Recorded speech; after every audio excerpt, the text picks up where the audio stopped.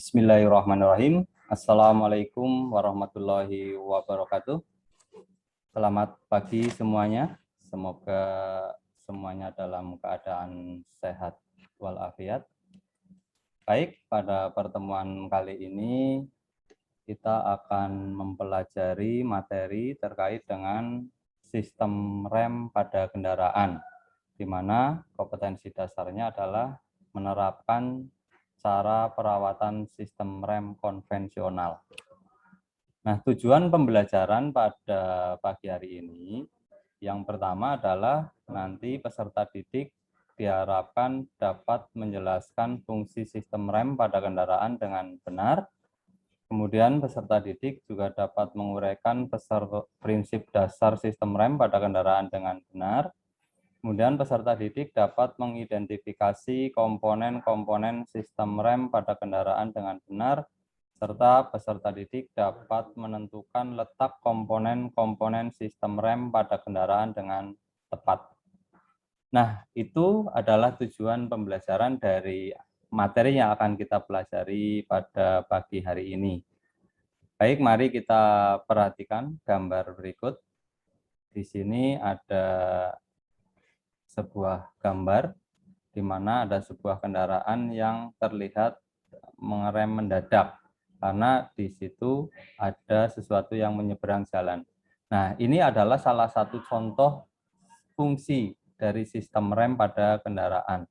Di situ bisa mengurangi laju kendaraan pada saat kendaraan melaju dalam kondisi yang cukup cepat atau ada sesuatu yang ada di depannya.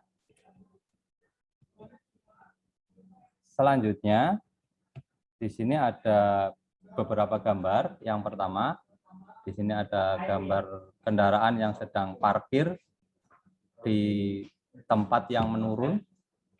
Nah, ini juga salah satu fungsi daripada sistem rem, di mana sebuah kendaraan bisa parkir di dalam kondisi atau dalam tempat yang menurun, tapi kendaraan tersebut bisa berhenti. Kemudian yang selanjutnya, di sini ada gambar sebuah kendaraan yang sedang melaju pada kondisi turunan yang cukup tajam.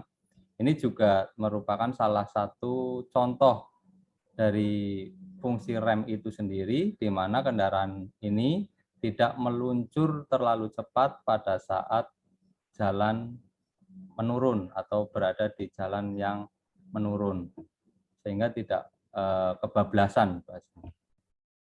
Selanjutnya, di sini ada gambar mobil yang menabrak sebuah pohon. Nah, di sini ini salah satu contoh dampak atau akibat dari sistem rem yang tidak berfungsi dengan baik. Itu bisa juga karena kondisi supir yang tidak hati-hati atau tidak waspada. Tapi paling tidak ketika sistem rem berfungsi dengan baik pada sebuah kendaraan, maka aksiden ini atau kejadian seperti ini bisa diminimalisir.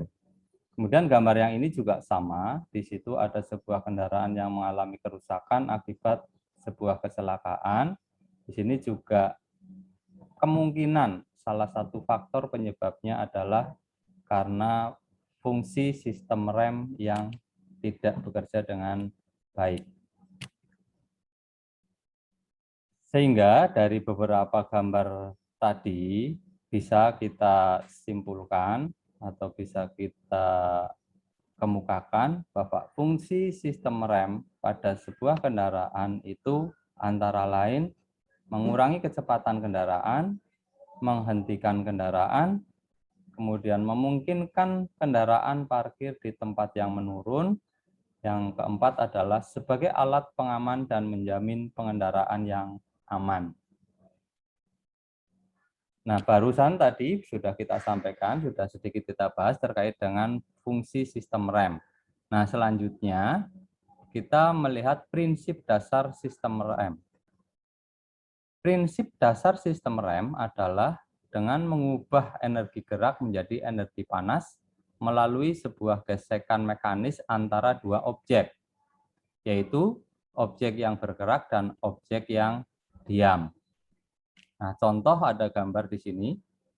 Di sini ada benda diam atau objek diam, dan ini ada objek bergerak atau berputar. Maka terjadi gesekan di antara kedua benda tersebut.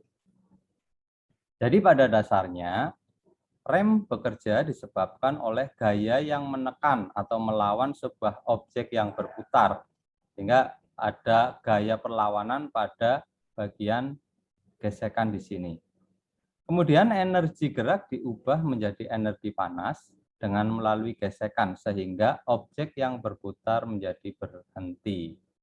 Nah, terjadinya gesekan di sini mengakibatkan panas yang lama-kelamaan akan mengakibatkan objek berputar ini berhenti. Objek putar pada sistem rem biasa berbentuk tromol dan cakram, sedangkan objek diamnya adalah kampas atau pad. Nah, di sini ada dua gambar. Yang satu adalah sebuah gambar rem menggunakan tromol atau rem berbentuk tromol.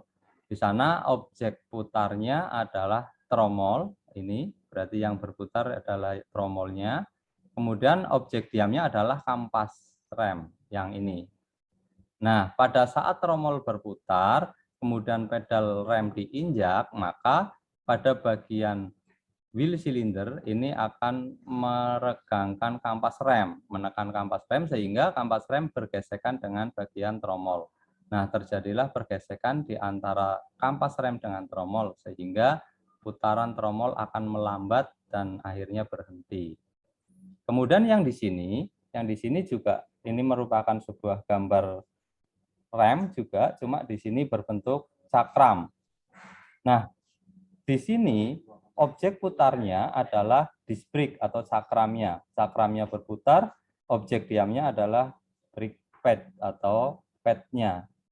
Nah, pada saat disc brake berputar, pada saat pedal rem diinjak, maka bagian piston ini akan menekan pad sehingga antar pad ini akan bergesekan dengan disc brake sehingga terjadi gesekan yang mengakibatkan putaran disc brake akan melambat dan akhirnya berhenti. Kemudian konstruksi dasar sistem rem. Di sini ada sebuah kendaraan di mana di situ ada komponen-komponen sistem rem secara keseluruhan. Ini bagian-bagian utamanya. Yang pertama adalah brake pedal atau pedal rem. Kemudian di sini ada brake buster atau booster rem. Kemudian ada master cylinder atau silinder master, biasa disebut silinder. Kemudian ada proportioning valve. Kemudian ada disc brake, ini adalah rem yang berbentuk cakram. Kemudian ada drum brake, yaitu rem yang berbentuk tromol. Kemudian ada parking brake lever, ini adalah tuas rem parkir. Kemudian ada parking brake cable atau kabel rem parkir. Sehingga pada satu buah kendaraan, satu unit pada umumnya, ini ada rem depan, ada rem belakang, dan juga ada rem parkir. Baik, demikian sekilas terkait dengan fungsi sistem rem dan komponen-komponen sistem rem serta prinsip dasar sistem rem. Nah, selanjutnya silakan diskusikan 3 poin yang sudah tadi disampaikan. Yang pertama adalah sistem rem, kemudian yang kedua prinsip dasar sistem rem, yang ketiga adalah komponen-komponen sistem rem. Nah, silakan tugas selanjutnya adalah diskusikan 3 poin tersebut bersama dengan kelompok yang sudah dibentuk tadi. Silahkan cari referensi dari berbagai sumber, bisa dari internet, bisa juga dari buku-buku di perpustakaan, atau mungkin berdasarkan pengalaman-pengalaman dari teman-teman kelompok. Nah, silakan nanti dibuat, dirangkum, kemudian selanjutnya dipresentasikan. Masing-masing kelompok maju mempresentasikan hasil diskusi. Setelah itu baru kita melakukan evaluasi materi pada pagi hari ini. Demikian untuk pertemuan pada hari ini. Terima kasih. Wassalamualaikum warahmatullahi wabarakatuh.